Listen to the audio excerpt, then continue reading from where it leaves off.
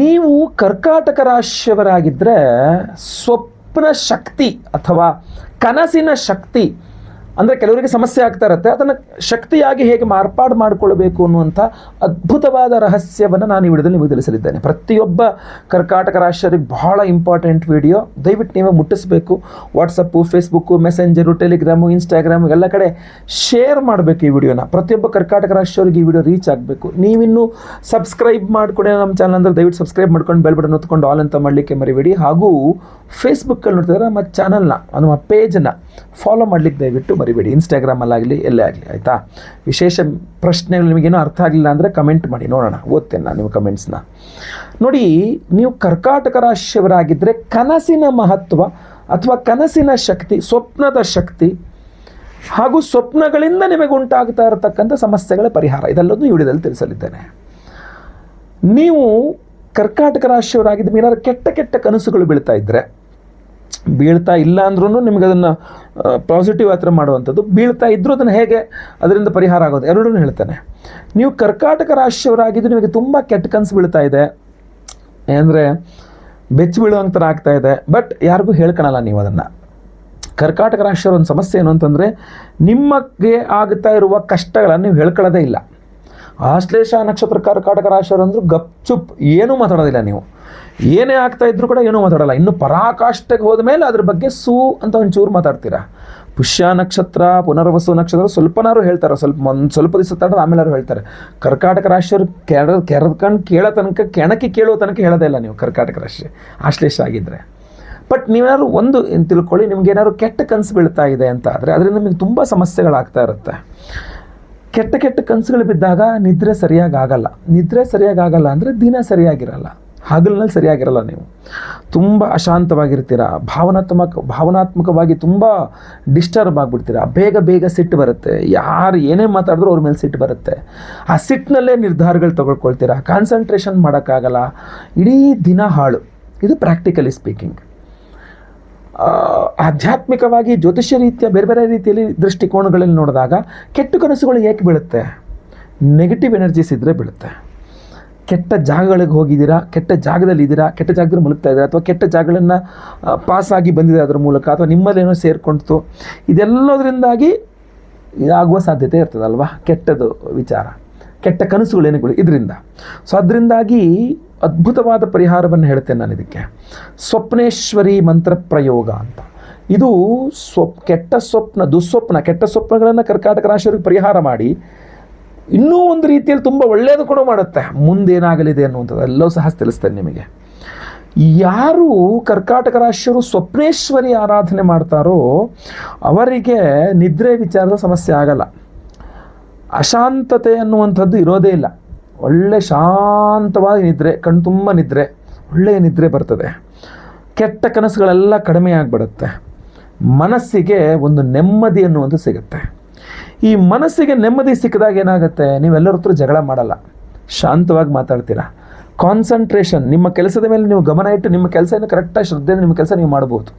ಇಲ್ಲಾಂದರೆ ಸಿಟ್ಟು ಜಾಸ್ತಿಯಾಗಿ ಯಾವುದೋ ಟೆನ್ಷನ್ ಆಗಿ ನಿಮ್ಮಲ್ಲಿ ಅದ್ಭುತವಾದ ಪ್ರತಿಭೆ ಇರುತ್ತೆ. ಕರ್ಕಾಟಕ ರಾಶಿಯವರಲ್ಲಂತೂ ಅದ್ಭುತವಾದ ಪ್ರತಿಭೆ ಇರುತ್ತೆ. ಆ ಪ್ರತಿಭೆಯನ್ನು ನೀವು ಬಳಸ್ಕೊಳ್ಳೋಕ್ಕೆ ಆಗಲ್ಲ. ಯಾಕೆಂದರೆ ನಿಮಗೆ ನಿದ್ರೆ ಸರಿಯಿಲ್ಲ, ಕೆಟ್ಟ ಕನಸು ಬಿದ್ದಿದೆ, ಎಲ್ಲ ಎಡವಟ್ಟಾಗ್ತಾ ಇದೆ ನಿಮಗೆ. ಸೊ ಅದರಿಂದ ಅದು ಕಡಿಮೆ ಆಗುತ್ತೆ, ಚಿಂತೆ ಕಡಿಮೆ ಆಗುತ್ತೆ. ಬಹಳ ಮುಖ್ಯವಾಗಿ ಸ್ವಪ್ನೇಶ್ವರಿ ಆರಾಧನೆಯಿಂದ ಸೆನ್ಸಿಟಿವಿಟಿ ಇರುತ್ತಲ್ಲ ಅಂತ ಹೇಳ್ತೀವಿ ನಿಮಗೆ. ತುಂಬ ಸೆನ್ಸಿಟಿವ್ ಆಗಿಬಿಡ್ತೀರ. ಮೈಂಡ್ ಕೆಟ್ಟ ಕನಸು ಬಿದ್ದಾಗ ತುಂಬ ಸೆನ್ಸಿಟಿವ್ ಆಗಿಬಿಡ್ತೀರ. ಚಿಕ್ಕ ಪುಟ್ಟ ವಿಚಾರಗಳಿಗೂ ಬಹಳ ಚಿಂತೆ ಮಾಡಲಿಕ್ಕೆ ಯೋಚನೆ ಮಾಡಬೇಡ. ಅಯ್ಯೋ ಹಿಂಗಾಗೋಯ್ತಲ್ಲ ಅಂತ.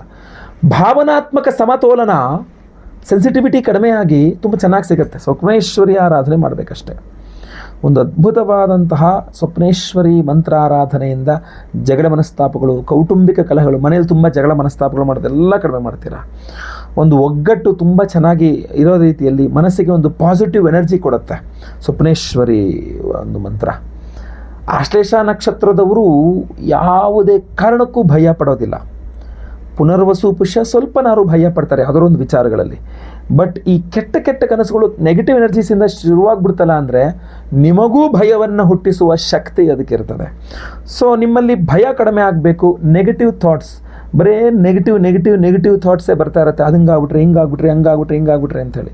ಸೊ ಅದು ಕಡಿಮೆ ಆಗಬೇಕು. ಅನಾವಶ್ಯಕ ಭಯಗಳು ಕಡಿಮೆ ಆಗಬೇಕು, ದೃಷ್ಟಿ ದೋಷ ಕಡಿಮೆ ಆಗಬೇಕು, ಕೆಟ್ಟ ಅಶುಭ ಘಟನೆಗಳು ಕಡಿಮೆ ಆಗಬೇಕು, ಮನಸ್ಸಿಗೆ ಒಂದು ಭದ್ರ ಭಾವನೆ ಸಿಗಬೇಕು ಅಂತ ಆದರೆ ಸ್ವಪ್ನೇಶ್ವರಿ ಆರಾಧನೆಯನ್ನು ಕರ್ಕಾಟಕ ರಾಶಿಯವರು ಮಾಡಬೇಕು.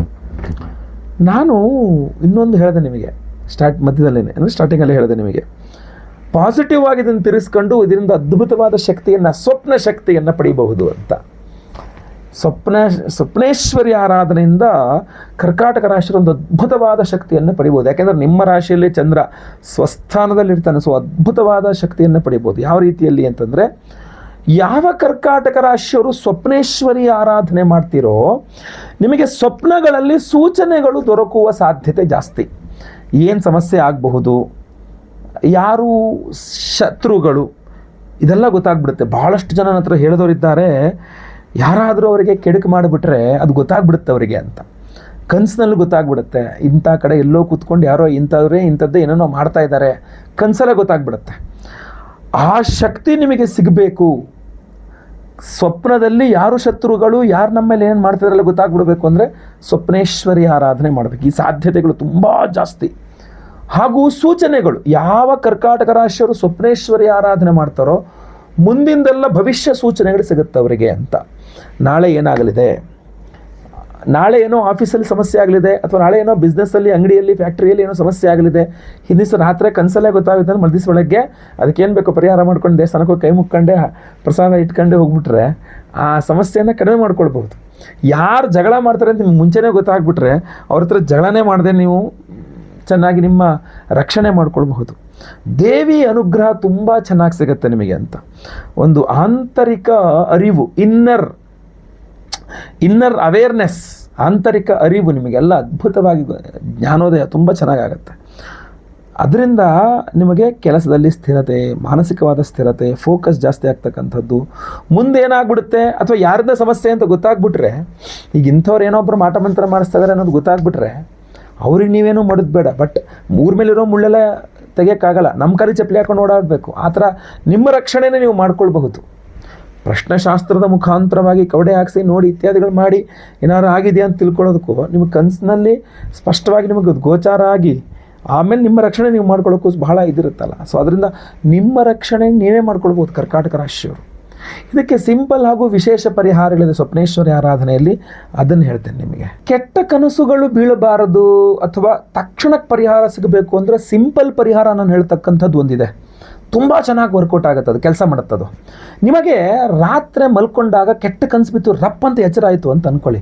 ಬಹಳ ಸಿಂಪಲ್ಲಾಗಿ ನೀವು ಮಾಡಬೇಕಾಗಿರೋದು, ನೀವು ಯಾವ ಕಡೆ ಕಾಲು ಹಾಕ್ಕೊಂಡು ಮಲ್ಕೊಂಡಿದ್ರಲ್ಲ ಆ ಕಡೆ ತಲೆ ಹಾಕ್ಕೊಂಡು ಮಲ್ಕೊಳ್ಳಿ, ಯಾವ ಕಡೆ ತಲೆ ಹಾಕ್ಕೊಂಡು ಮಲ್ಕೊಂಡಿದ್ರಲ್ಲ ಆ ಕಡೆ ಕಾಲು ಹಾಕ್ಕೊಂಡು ಮಲ್ಕೊಳ್ಳಿ. ಉಲ್ಟಾ ನೀವು ಏನು ಮಲ್ಕೊಂಡಿದ್ರೋ, ಈಗ ಪೂರ್ವಕ್ಕೆ ತಲೆ ಹಾಕಿ ಪಶ್ಚಿಮಕ್ಕೆ ಕಾಲು ಹಾಕೊಂಡು ಮಲ್ಕೊಂಡಿದ್ರಿ, ರಪ್ ಅಂತ ಎಚ್ಚರಾದಿ ಭಯಕ್ಕೆ ಆಗ್ತಾಯಿದೆಯಾ, ಪಶ್ಚಿಮಕ್ಕೆ ತಲೆ ಹಾಕ್ಕೊಂಡು ಪೂರ್ವಕ್ಕೆ ಕಾಲು ಹಾಕೊಂಡು ಮಲ್ಕೊಂಬಿಟ್ರೆ ಆಗೋಯ್ತು. ಜಸ್ಟ್ ಸಿಂಪಲ್ ವರ್ಷ ಮಲ್ಕೊಂಬಿಟ್ರೆ ಆಗೋಯ್ತು. ಇದು ತುಂಬ ಚೆನ್ನಾಗಿ ಕೆಲಸ ಮಾಡುತ್ತೆ. ನೀವು ಟ್ರೈ ಮಾಡಿ ನೋಡಿ. ಯಾವಾಗ ಕೆಟ್ಟ ಕನಸು ಬಿದ್ದು ಬೆಚ್ಚ ಬಿದ್ದಿದ್ದಾಗಾದರೂ ಇದೊಂದು ಸಿಂಪಲ್ಲಾಗಿ ಟ್ರೈ ಮಾಡಿ. ಮೊದಲನೇದು.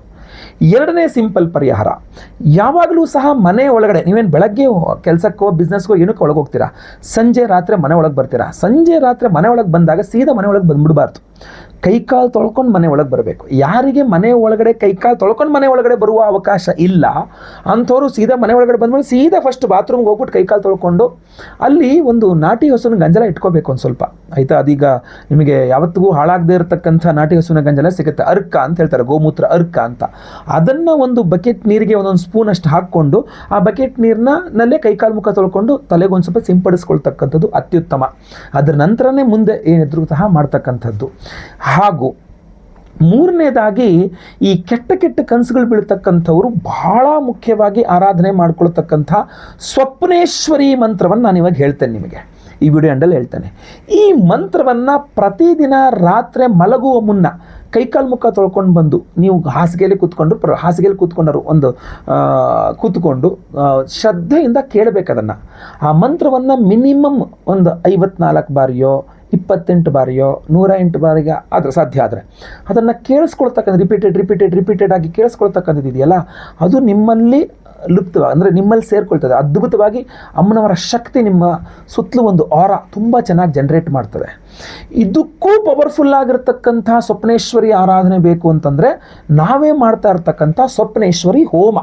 ಏಪ್ರಿಲ್ 17ನೇ ತಾರೀಕು ಅಮಾವಾಸ್ಯೆ ಶುಕ್ರವಾರದ ದಿವಸ ನಮ್ಮ ಯಾಗಶಾಲೆಯಲ್ಲಿ ನಾವು ಈ ಮಹಾ ಸ್ವಪ್ನೇಶ್ವರಿ ಹೋಮವನ್ನು ಮಾಡ್ತಾ ಇದ್ದೇವೆ. ಈ ಸ್ವಪ್ನೇಶ್ವರಿ ಮಂತ್ರ ನನಗೆ ಮುಂದೆ ಹೇಳಲಿದ್ದೇನೆ. ಇದೇ ಮಂತ್ರದಿಂದ ಹೋಮವನ್ನು ಮಾಡ್ತೇವೆ, ಅದು ವಿಶೇಷವಾಗಿರ್ತಕ್ಕಂಥ ದ್ರವ್ಯಗಳಿಂದ. ಅಮಾವಾಸ್ಯೆ ಪರ್ವದಿನ ಶುಕ್ರವಾರ, ಅಮ್ಮನವರ ವಾರ, ಅಮಾವಾಸ್ಯೆ ಪವರ್ಫುಲ್ಲಾಗಿ ಎರಡರ ಕಾಂಬಿನೇಷನ್ ತುಂಬ ಅದ್ಭುತವಾಗಿದೆ. ಶುಕ್ರವಾರ ಅಮಾವಾಸ್ಯೆ ಬಂದಿರತಕ್ಕಂಥದ್ದು ಹಾಗೂ ವಿಶೇಷವಾಗಿ ದೇವಿಯ ಆರಾಧನೆ, ಅದು ಸ್ವಪ್ನೇಶ್ವರಿ ಆರಾಧನೆ ಮಾಡಿ ವಿಶೇಷವಾಗಿರತಕ್ಕಂತಹ ಒಂದು ಕೃಷ್ಣ ಕೀಲಕ ರತ್ನವನ್ನು ಕೊಡ್ತಾ ಇದ್ದೇವೆ ಪ್ರತಿಯೊಬ್ಬರಿಗೂ ಸಹ. ಈ ಕೃಷ್ಣ ಕೀಲಕ ರತ್ನ ಇದೆಯಲ್ಲ, ಭಾಳ ಪವರ್ಫುಲ್ ಆಗಿರತಕ್ಕಂಥ ರತ್ನ ಇದು. ಇದು ನಿಮ್ಮ ಬಾಡಿಗೆ ಅಡ್ಜಸ್ಟ್ ಆಗಿಬಿಟ್ರೆ ಒನ್ಸ್ ನಿಮಗೆ ಯಾವುದೇ ರೀತಿಯಲ್ಲಿ ಒಮ್ಮೆ ನಿಮ್ಮ ಶರೀರಕ್ಕೆ ಇದು ಅನುಗುಣವಾಗಿ ಇದಾಗ್ಬಿಟ್ರೆ ಮತ್ತೆ ಪುನಃ ಅದು ಯಾವುದೇ ನೆಗೆಟಿವ್ ಎನರ್ಜಿ ನಿಮ್ಮ ಇದಕ್ಕೆ ಬರ್ದಿರಂಗೆ ನೋಡ್ಕೊಳ್ಳುತ್ತೆ, ಅಷ್ಟು ಶಕ್ತಿಯುತವಾಗಿರತಕ್ಕಂಥದ್ದು. ಈ ಒಂದು ಕೃಷ್ಣ ಕೀಲಕ ರತ್ನವನ್ನು ಅಮಾವಾಸ್ಯೆ ಶುಕ್ರವಾರದ ದಿವಸ ಸ್ವಪ್ನೇಶ್ವರಿ ಹೋಮ, ಮಹಾ ಸ್ವಪ್ನೇಶ್ವರಿ ಹೋಮದಲ್ಲಿ ಎನರ್ಜೈಸ್ ಮಾಡಿದಾಗ, ಇನ್ನು ಹಲವಾರು ಬೇರೆ ಬೇರೆ ಹೋಮಗಳನ್ನು ಮಾಡ್ತಾ ಇದ್ದೇವೆ. ಸ್ವಯಂವರ ಪಾರ್ವತಿ ಇರಬಹುದು, ಏನು ಕಾಳಿಕಾ ದುರ್ಗಾ ಪರಮೇಶ್ವರಿದೊಂದು ವಿಶೇಷವಾದ ಹೋಮ ಮಾಡ್ತಾ ಇದ್ದೇವೆ, ಇನ್ನೂ ಹಲವಾರು ಹೋಮಗಳಿದೆ, ಗುರು ಶಾಂತಿ, ಶನಿ ಶಾಂತಿ, ನವಗ್ರಹ ಶಾಂತಿ ಎಲ್ಲ ಇದೆ. ಬಟ್ ವಿಶೇಷವಾಗಿ ನಾನು ಹೇಳುವಂಥದ್ದು ಸ್ವಪ್ನೇಶ್ವರಿ ಹೋಮದಲ್ಲಿ ಶುಕ್ರವಾರ ಅಮಾವಾಸ್ಯೆ ದಿವಸ ನಿಮ್ಮ ಹೆಸರಿನಲ್ಲಿ ಸಂಕಲ್ಪ ಮಾಡಿ ಎನರ್ಜೈಸ್ ಮಾಡಿ ನಿಮಗೆ ಕೊಡ್ತಕ್ಕಂಥದ್ದಾಗಿರ್ತದೆ. ಸೊ ಈ ಒಂದು ಕೃಷ್ಣ ಕೀಲಕ ರತ್ನವನ್ನು ನೀವು ನಿಮ್ಮ ತಲೆ ದಿಂಬು ಕೆಳಗಡೆ ಹಿಂಗೆ ನಿಲ್ಸ್ಕೊಂಡಂತೂ ಇಡಕಾಲ ಚುಚ್ಕೊಂಡ್ಬಿಡ್ತದೆ, ಹಿಂಗೆ ಮಲಗಿಸ್ಕೊಂಡು ಇಡಬೇಕಷ್ಟೇ. ಸೊ ಇದು ನಿಮ್ಮ ತಲೆ ದಿಂಬು ಕೆಳಗಡೆ ಇದನ್ನು ಇಟ್ಕೊಂಡು ಮಲಗ್ಕೊಂಬಿಟ್ರೆ ಸಾಕು. ನಿಮ್ಮ ಇಡೀ ಬಾಡಿ ಆರಾ ಕ್ಲೆನ್ಸಿಂಗ್ ಅಂತಾರೆ ಅದನ್ನ, ನಿಮ್ಮ ಸೂಕ್ಷ್ಮ ಶರೀರದ ಶುದ್ಧೀಕರಣ ಹಾಗೂ ಯಾವುದೇ ಕೆಟ್ಟ ಕನಸುಗಳು ನಿಮಗೆ ಬೀಳೋದು. ಯಾಕೆಂದರೆ ಸ್ವಪ್ನೇಶ್ವರಿ ಮಂತ್ರದಲ್ಲಿ ಅಭಿಮಂತ್ರಿತ ಕೃಷ್ಣ ಕೀಲಕ ರತ್ನ ಆಗಿರುತ್ತೆ. ಇದನ್ನು ನಿಮಗೆ ರಾತ್ರಿ ಕೆಟ್ಟ ಕನಸುಗಳು ಬಿದ್ದು ಬೆಚ್ಚಿ ಬೀಳತಕ್ಕಂಥದ್ದನ್ನು ನಿವಾರಣೆ ಮಾಡ್ತಕ್ಕಂಥದ್ದು ಇರಬಹುದು. ಅಷ್ಟೇ ಅಲ್ಲದೆ ನಾನು ಆಗಲೇ ನಿಮಗೆ ಈಗ ವಿಡಿಯೋದಲ್ಲಿ ತಿಳಿಸಿದಂತೆ ಸ್ವಪ್ನೇಶ್ವರಿ ಅನುಗ್ರಹ ನಿಮ್ಮೊಟ್ಟಿಗೆ ಯಾವಾಗಲೂ ಇರುವಂತೆ ನೋಡಿಕೊಳ್ಳುವ ಅದ್ಭುತವಾದ ಶಕ್ತಿ ಇದು. ಒಂದು ರೂಲ್ ನೀವು ನೆನ್ಪಿಟ್ಕೊಳ್ಬೇಕು, ಒಬ್ಬರದು ಇನ್ನೊಬ್ಬರು ಎಕ್ಸ್ಚೇಂಜ್ ಮಾಡ್ಕೊಳ್ಬಾರ್ದು. ಒಂದು ರಾತ್ರಿ ನೀವು ಈಗ ಸಂಕಲ್ಪ ಸೇವೆ ಕೊಟ್ಟು ನಿಮ್ಮ ಹೆಸರು ಕೊಟ್ಟು ಇದನ್ನು ನಾನು ನಿಮಗೆ ಕಳಿಸ್ಕೊಡ್ತೇನೆ. ಯಾಕೆಂದರೆ ಲೈವಲ್ಲಿ ನಿಮ್ಮ ಹೆಸರು ನಾನೇ ಸಂಕಲ್ಪ ಮಾಡ್ತೇನೆ. ಎಲ್ಲ ಹೋಮ ಲೈವ್ ನೋಡ್ತಾರೆ, ಎಲ್ಲ ಹೋಮಗಳ ಭಸ್ಮ, ಕುಂಕುಮಾರ್ಚನೆ, ಕುಂಕುಮ ಪ್ರಸಾದ ಸಹಿತ ಈ ಕೃಷ್ಣ ಕೀಲಕ ರತ್ನವನ್ನು ಕಳಿಸ್ಕೊಡ್ತೇನೆ ನಿಮಗೆ. ಇದನ್ನು ನಿಮಗೆ ಸಿಕ್ಕಿದ ನಂತರ ನೀವು ರಾತ್ರಿ ಮಲಗುವ ಮುನ್ನ ನಿಮ್ಮ ತಲೆದಿಂಬು ಕೆಳಗಡೆ ಇದನ್ನು ಇಟ್ಕೊಂಡು ನೀವು ಮಲ್ಕೊತೀರಾ ಅಂತ ಆದರೆ ಒಂದು ರಾತ್ರಿ ನೀವು ಮಲಗಿದ್ರು ಸಾಕು. ನೆಕ್ಸ್ಟ್ ಡೇಯಿಂದ ನೀವು ಇದನ್ನು ಇನ್ನೊಬ್ರಿಗೆ ಕೊಡುವಂಗಿಲ್ಲ. ಇದನ್ನು ಇಟ್ಕೊಂಡು ನಾನು ಮಲಗಿದ್ದೆ, ನಂಗೆ ಒಳ್ಳೆ ನಿದ್ದೆ ಬಂತು, ಎಲ್ಲ ಚೆನ್ನಾಗಾಯಿತು, ಅಥವಾ ಕನಸಲೆಲ್ಲ ಚೆನ್ನಾಗಿದಾಯಿತು, ಹಂಗೆ ಹಿಂಗಾಯಿತು ಅಂತ ಹೇಳ್ಬಿಟ್ಟು ಹೆಂಡತಿ ಗಂಡಂಗೆ ಕೊಟ್ಟಲು, ಗಂಡ ಹೆಂಡತಿಗೆ ಕೊಟ್ಟ, ಇಬ್ಬರು ಸೇರಿ ಮಕ್ಕಳಿಗೆ ಕೊಟ್ಟರು, ಅಥವಾ ಅಕ್ಕಂಗೆ ಕೊಟ್ಟರು, ಅಣ್ಣಂಗೆ ಕೊಟ್ಟರು, ತಂಗಿಗೆ ಕೊಟ್ಟರು, ಅಕ್ಕಂಗೆ ಕೊಟ್ಟರು, ಇಲ್ಲ, ಒಬ್ಬರದು ಇನ್ನೊಬ್ರಿಗೆ ಕೊಡೋಂಗಿಲ್ಲ. ನಿಮ್ಮ ಆರಾ, ನಿಮ್ಮ ಸೂಕ್ಷ್ಮ ಶರೀರ, ಅದಕ್ಕೆ ಇದು ನಿಮಗೆ ಅಡ್ಜಸ್ಟ್ ಆಯಿತು ಅಂದ್ರೆ ನಿಮಗೆ ಒಂದು ಸಲ ನೀವು ನಿಮ್ಮ ತಲೆ ಕೆಳಗಡೆ ದಿಂಬಿಟ್ಕೊಂಡು ಮಲ್ಕೊಂಬಿಟ್ಟು ನೀವೇ ಮಾಡ್ಕೋಬೇಕು. ಸೊ ನೀವೇ ಇಟ್ಕೋಬೇಕು, ಅದನ್ನು ಇನ್ನೊಬ್ಬರಿಗೆ ಕೊಡುವಂತಿಲ್ಲ. ಆವಾಗ ದುಸ್ವಪ್ನಗಳು ಹೆಚ್ಚಾಗ್ಬಿಡುತ್ತೆ, ಬೇರೆ ರೀತಿ ಆಗುತ್ತೆ. ಸೊ ಅದರಿಂದ ನೀವು ಇದನ್ನು ಸಂಕಲ್ಪ ಸೇವೆಗೆ ಹೆಸರು ಕೊಟ್ಟರೆ ಸ್ಕ್ರೀನ್ ಮೇಲೆ ಕಾಣುವಂಥ ನಂಬರ್ಗೆ ನಿಮ್ಮ ಹೆಸರು, ಗೋತ್ರ ಗೊತ್ತಿದ್ರೆ, ನಕ್ಷತ್ರ ಗೊತ್ತಿದ್ರೆ, ರಾಶಿ ಗೊತ್ತಿದ್ರೆ ಬೇಗ ವಾಟ್ಸಪ್ ಮಾಡ್ಕೊಳ್ಳಿ. ಇಲ್ಲ ಹೆಸರು ವಿಳಾಸ ಅಷ್ಟೇ ಗೊತ್ತಿದ್ರು ಪರವಾಗಿಲ್ಲ, ವಾಟ್ಸಪ್ ಮಾಡ್ಕೊಳ್ಬಹುದು. ಶುಕ್ರವಾರ ಅಮಾವಾಸ್ಯೆ ದಿವಸ ಬೆಳಗ್ಗೆ ಲೈವಲ್ಲಿ ನಾನೇ ನಿಮ್ಮ ಹೆಸರು ಸಂಕಲ್ಪ ಮಾಡ್ತೇನೆ. ನಿಮ್ಮ ಹೆಸರು ಲೈವಲ್ಲಿ ಸಂಕಲ್ಪ ಆಗೋದು ನೀವು ನೋಡ್ಕೊಳ್ಬಹುದು, ಕೇಳಿಸ್ಕೊಳ್ಬಹುದು. ಇಡೀ ಹೋಮ, ಎಲ್ಲ ಹೋಮಗಳನ್ನು ಲೈವಲ್ಲಿ ನೋಡಬಹುದು.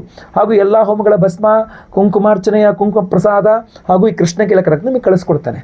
ನಿಮ್ಮ ಕೈಯಲ್ಲಿ ಸ್ಪೀಡ್ ಪೋಸ್ಟಲ್ಲಿ ನಾವು ಕಳಿಸುವಂಥದ್ದು ಸೋಮವಾರ ಕಳಿಸ್ಕೊಳ್ಳುವಂಥ ಪ್ರಯತ್ನ ಮಾಡ್ತೇವೆ. ಸೊ ಯಾಕಂದರೆ ಶುಕ್ರವಾರ ಆದಮೇಲೆ ಶನಿವಾರ ಭಾನುವಾರ ರಜೆ ಇರ್ತದೆ. ಸೊ ಸೋಮವಾರ ಕಳಿಸ್ಕೊಟ್ರೆ ನಮಗೆ ಅನುಕೂಲ ಅನ್ನೋ ರೀತಿಯಲ್ಲಿ, ಸಾಧ್ಯವಾದರೆ ಮುಂಚೆ, ಇಲ್ಲ ಅಂದರೆ ಸೋಮವಾರ ಅಂತೂ ಕಳಿಸ್ಕೊಟ್ಬಿಡ್ತೇವೆ. ಸೊ ಇದನ್ನು ನಿಮ್ಮ ಕೈ ಸೇರಿದ ನಂತರ ಇದು ನೀವು ನಿಮ್ಮ ತಲೆ ದಿಂಬು ಕೆಳಗಡೆ ಇಟ್ಕೊಂಡು ನಿದ್ರೆ ಮಾಡ್ತಕ್ಕಂಥದ್ದು ಪ್ರತಿ ದಿವಸ. ಇದನ್ನು ನೀವು ರೂಢಿ ಮಾಡಿಟ್ಕೊಂಬಿಡಿ ಇದನ್ನು ನೀವೇ. ಇಲ್ಲ ನಿಮ್ಗೆ ಇನ್ನೊಬ್ರಿಗೂ ಬೇಕು, ಮತ್ತೊಬ್ರಿಗೂ ಬೇಕು ಅಂದರೆ ಯಾರ್ಯಾರಿಗೆ ಬೇಕು ನಿಮ್ಮ ಹೆಸರು ಸಂಕಲ್ಪ ಸೇವೆ ಕೊಟ್ಕೊಳ್ಳಿ. ಒಬ್ರದ್ದು ಇನ್ನೊಬ್ರಿಗೆ ಎಕ್ಸ್ಚೇಂಜ್ ಮಾಡ್ಕೊಳ್ಳೋಂಗಿಲ್ಲ, ಒಬ್ರಿಗೆ ಇನ್ನೊಬ್ರಿಗೆ ಕೊಡೋಂಗಿಲ್ಲ, ನಿಮ್ಮದು ನೀವೇ ಇಟ್ಕೊಳ್ಬೇಕು ಇದನ್ನು. ಇದು ನಿಮಗೆ ರಕ್ಷಾ ಕವಚವಾಗಿ ತುಂಬ ಚೆನ್ನಾಗಿ ಕೆಲಸ ಮಾಡಲಿದೆ. ಸ್ಕ್ರೀನ್ ಮೇಲೆ ಕಾಣುವಂಥ ನಂಬರ್ಗೆ ಬೇಗ ನಿಮ್ಮ ವಿವರಗಳನ್ನು ವಾಟ್ಸಪ್ ಮಾಡ್ಕೊಳ್ಳಿ, ಕಾಲ್ ಮಾಡಿ ವಾಟ್ಸಪ್ ಮಾಡಿಕೊಂಡು ವಿವರವನ್ನು ಪಡ್ಕೊಳ್ಳಿ, ಸಂಕಲ್ಪ ಸೇವೆಗೆ ಹೆಸರನ್ನು ಕೊಟ್ಕೊಳ್ಳಿ. ಅಷ್ಟೇ ಅಲ್ಲ, ಈಗ ನಾನೀಗ ಆ ಮಂತ್ರವನ್ನು ಹೇಳ್ತೇನೆ, ನೀವು ಪ್ರತಿದಿನ ಆ ಮಂತ್ರವನ್ನು ಕೇಳಿಸ್ಕೊಂಡ್ರೂ ಸಾಕು, ನಿಮಗೆ ಅದ್ಭುತವಾಗಿ ಸ್ವಪ್ನೇಶ್ವರಿ ಅನುಗ್ರಹ ನಿಮಗೆ ಖಂಡಿತವಾಗಿ ಸಿಗ್ತದೆ. ಬನ್ನಿ ಮಂತ್ರವನ್ನು ಶುರು ಮಾಡೋಣ. ಮುಂದಿನ ವಿಡಿಯೋದಲ್ಲಿ ಮತ್ತೆ ಪುನಃ ಸಿಗ್ತೇನೆ. ಎಲ್ಲರಿಗೂ ಸಹ ಒಳ್ಳೆಯದಾಗಲಿ. ನೆನಪಿಟ್ಟುಕೊಂಡು ಪ್ರತಿಯೊಬ್ಬ ನಿಮ್ಮ ರಾಶಿಯವರಿಗೆ ಈ ವಿಡಿಯೋ ರೀಚ್ ಆಗೋ ಥರ ದಯವಿಟ್ಟು WhatsApp, Facebook, messenger, Telegram, Instagram ಎಲ್ಲ ಕಡೆ ಈ ವಿಡಿಯೋನ ಶೇರ್ ಮಾಡಿಬಿಡಿ. ಪ್ರತಿಯೊಬ್ಬರಿಗೂ ಈ ವಿಡಿಯೋ ರೀಚ್ ಆಗಲಿ. ಒಳ್ಳೆಯದಾಗಲಿ. ಮುಂದಿನ ವಿಡಿಯೋದಲ್ಲಿ ಮತ್ತೆ ಪುನಃ ಸಿಗ್ತೇನೆ. ಲೋಕ ಸಮಸ್ತ ಸುಖಿನೋ ಭವಂತು. ನಾರಾಯಣ ನಾರಾಯಣ ನಾರಾಯಣ. ಓಂ ವರಾಭಯೇ ಪದ್ಮಯುಗಂ ದಧಾನಾಂ ಕರೈಶ್ಚತುರ್ಭಿಃ ಕನಕಾಸನಸ್ಥಾಂ ಪೀತಾಂಬರಾಂ ಶಾರದಚಂದ್ರಕಾಂತಿಂ ಸ್ವಪ್ನೇಶ್ವರೀಂ ನೌಮಿ ವಿಭೂಷಣಾಢ್ಯಾಂ. ಓಂ ಶ್ರೀಂ ಸ್ವಪ್ನೇಶ್ವರೀ ಕಾರ್ಯಂ ಮೇ ವದ ಸ್ವಾಹಾ. ಓಂ ಶ್ರೀಂ ಸ್ವಪ್ನೇಶ್ವರೀ ಕಾರ್ಯಂ ಮೇ ವದ ಸ್ವಾಹಾ. ಓಂ ಶ್ರೀಂ ಸ್ವಪ್ನೇಶ್ವರೀ ಕಾರ್ಯಂ ಮೇ ವದ ಸ್ವಾಹಾ.